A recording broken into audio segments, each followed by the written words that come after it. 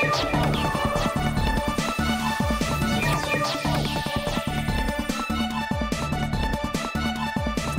everybody, welcome to the Tube. A lot going on. Here's our lineup. How is Apple offering to help its cash-strapped Greek users? Satoru Iwata succumbs to cancer. Can Nintendo ever recover? How big is IBM's 7-nanometer computer chip revolution? Will this US startup help the Swiss Post win the drone race? And what does this cute robot have to do with the animation giant? We ask, we answer. Let's go. The crisis in Greece is heading towards an imposed solution, but the tech world is still trying to help. Last week, we talked about the tech initiatives to help the struggling Greek startup scene, and now Apple is joining the effort to give the Greeks a little break. The tech giant from Cupertino, California, is giving away 30 days of non-cost service to Greek iCloud subscribers. This deal might be extended pending development between Greece and the EU. In an email sent to customers, Apple wrote that the move comes to prevent interruption in iCloud services during the current crisis and to make sure users have access to their personal content. So now the Greeks might not have a future to hope for, but at least they won't lose their online photos, which is nice. If you love video games, there's a very good chance Satoru Iwata had a big impact on your life. Iwata, the president of Nintendo, died of cancer on July 11th. He was 55. Iwata was an enormous force not just at Nintendo, but in gaming at large. He led Nintendo through the eras of GameCube, Wii, DS, 3DS, and Wii U, and worked on games such as Earthbound, Pokemon, The Legend of Zelda, Smash Bros., and countless other titles. These games alone account for some of the biggest successes in the industry. Iwata, was president of Nintendo since 2002, held the reins of the company during the launch of two of its most successful gaming consoles, the handheld Nintendo DS and the Nintendo Wii Home System. The Wii was released in 2006 and was sold for more than 101 million units worldwide. Here is Iwata in full action mode. May he rest in peace. On my business card, I am a corporate president. In my mind, I am a game developer. But in my heart, I am a gamer.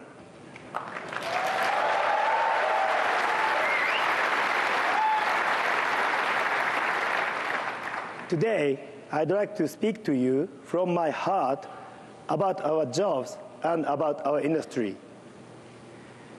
I remember the first video game I ever played. It was Pong, and I loved it. By the time I was in high school, I was the first person in my class to buy an early Hewlett-Packard pocket calculator. With me in the studio to pay our respect to Satoru Iwata is our very own Game Boy, Shai Ringel. Good evening. Good evening. So is the death of Satoru Iwata a big blow for Nintendo? Were they prepared for it? It's a huge blow for Nintendo. It's not sure whether they were ready for it or not. He's been ill for the last year, but they kept it secret, kind of a secret.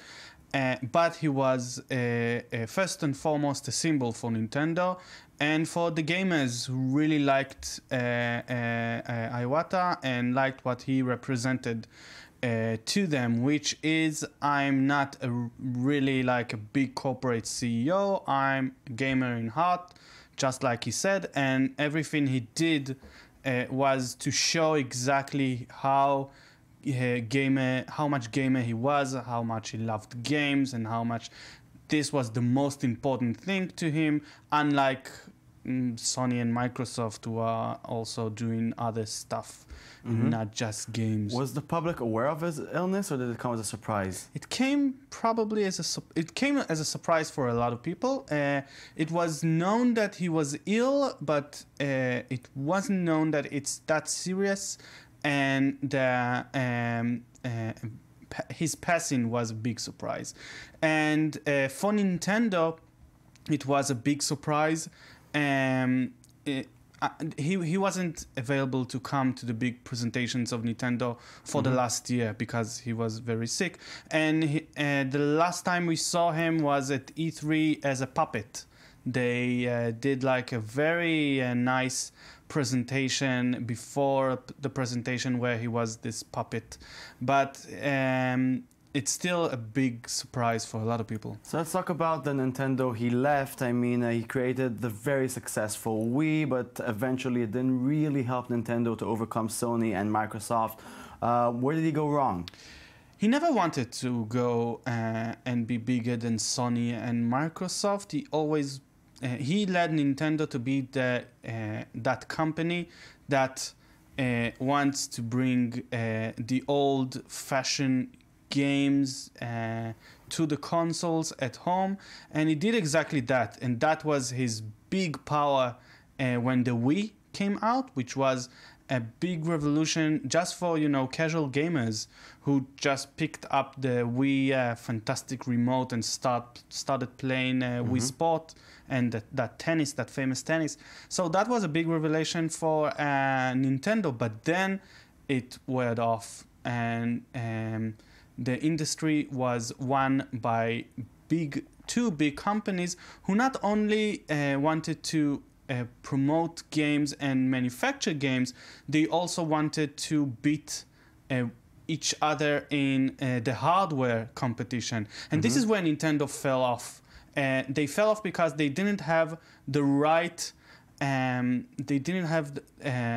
right communication with other manufacturers, like chip manufacturers and screen manufacturers, and all those manufacturers that can make your hardware better. Nintendo lost in that game because it focused mainly on its games and not on its hardware. You know, we've seen dominant CEOs successfully replaced in the past. Can Nintendo pull it off? They can, and they'll have to. Iwata changed his mind in the last couple of years after Nintendo got a lot of criticism for focusing too much on gaming and mainly about focusing on its own platform. Nintendo was a manufacturer of games for its own console, and recently they said that they're going to start releasing games to mobile, to your iPhone and Android machines, which was a big step for Nintendo, a huge turning of events, but it was maybe a little too late.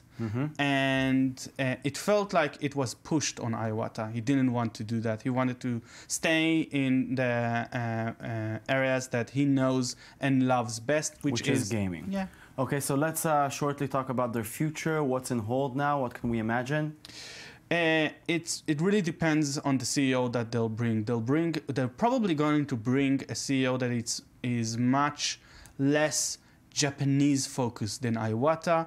They'll need to bring someone who will think about marketing, which is something that Nintendo is really bad at, and Iwata didn't care about it so much. And they're already doing it when you consider that they have a really a different CEO in the States. But it really depends on the guy who will take his seat, and nobody knows who can that be.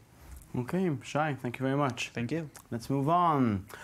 Prepare yourselves for another chip revolution, as IBM announced it has made the smallest and possibly strongest computer chip ever. IBM claims it has developed a computer chip whose smallest features are about 7 nanometers wide, meaning it could provide about 4 times the capacity of today's chips. Why should you care? Well, IBM's new chip has far smaller transistors than any existing processor on the planet. That means that when the chip eventually appears in future smartphones, computers, and other pieces of technology, those gadgets will be faster, stronger, and more energy efficient.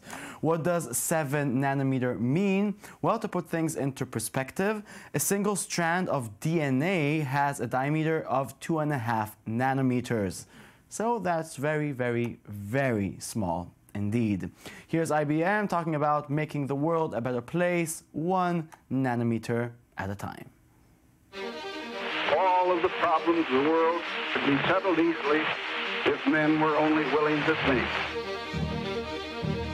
All of the problems of the world. All of the inefficiencies. Complexity. Bad information. Bad decisions. Could be settled easily. All of the opportunities could be realized.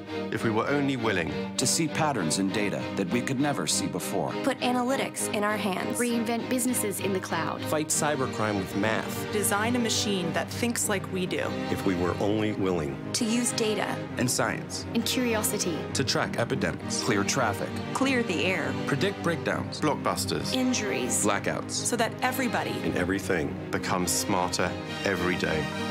All of the problems of the world. Could be settled easily. If men, Women. students, Leaders. citizens, machines We're only willing. to think.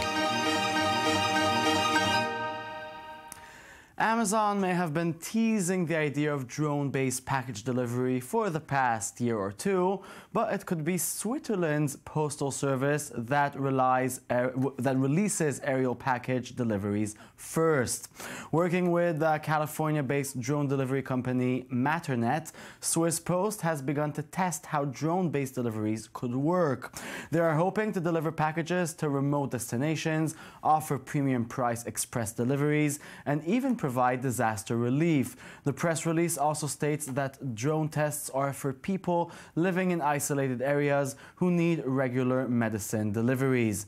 It's worth nothing that Swiss Post isn't intending to roll out drones in place of postmen and women anytime soon. That's lovely news for us humans. Last week, we talked about Reddit's latest controversy. Now it made its big first victim, Alan Pow. The interim CEO of Reddit has resigned following a user backlash against the sacking of one of the company's employees. Pow, who became an international symbol for gender imbalance in Silicon Valley when she lost a landmark discrimination lawsuit, leaves after 8 turbulent months on the job and will be replaced by the site's co-founder, Steve Hoffman. A petition demanding Pow's removal after the site's users revolted last week has attracted more than 210,000 signatures. It also led to Pow receiving death threats from Reddit users. So Pow is down and Reddit will never be the same again. This is why we can't have nice things, people. Well, how important is Reddit to the web content sphere? FunnyOrDie.com, well, they have the answer. Now this is a real dope cat pic. 12 cats who just because their litter box guard is down. What? Down? But where do we get content from? House? Oh God! Amy! Pat, is Reddit working for you? No, no, it's not.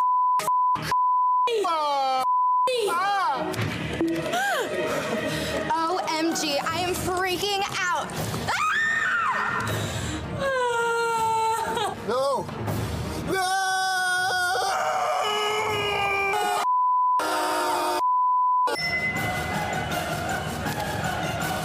Where's the content? Did you fix Reddit? My name's Jacob Reed, and it turns out that Reddit's not broken. There's some subreddits that are temporarily shut down as a protest against the firing of a community organizer. I think... Just turn the content back on! Apparently, if you work at Pixar, everything you make has to be cutesy and adorables. So, Alonso Martinez, a technical director at the company, designed and built a simple robot called Mira that's just about the cutest thing you've ever seen. According to Alonso, Mira uses face detection to detect when someone is looking at her and to follow their gaze as they move about. She'll get sad when you hide, but when you reappear, it's all laughs again. No word yet on whether or not Alonso intends to take this past being a personal prototype. We know one thing, we want one, it's so cute.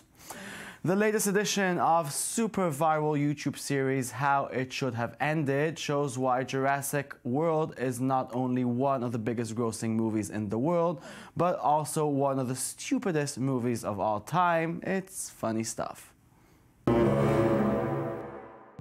Were those scratches there before? Oh no, she's escaped! I'll go outside, get in my car, and then call the control room to track her. Or don't go outside and just call them from here. All right, I'll do that. Lowry, I need you to track the Indominus. She's still in the habitat. Okay, she's still in there. We just can't see her for some reason. Sounds like camouflage. Oh, nuts.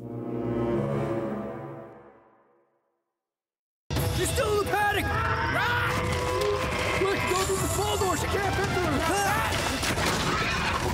Oh, nuts. Funny. Okay, that's it. Show's over. Thank you very much for watching. We'll be back tomorrow with a brand new show of the Tube. Log on to our website. It's i24.tv. And always remember, nothing is as obnoxious as other people's luck.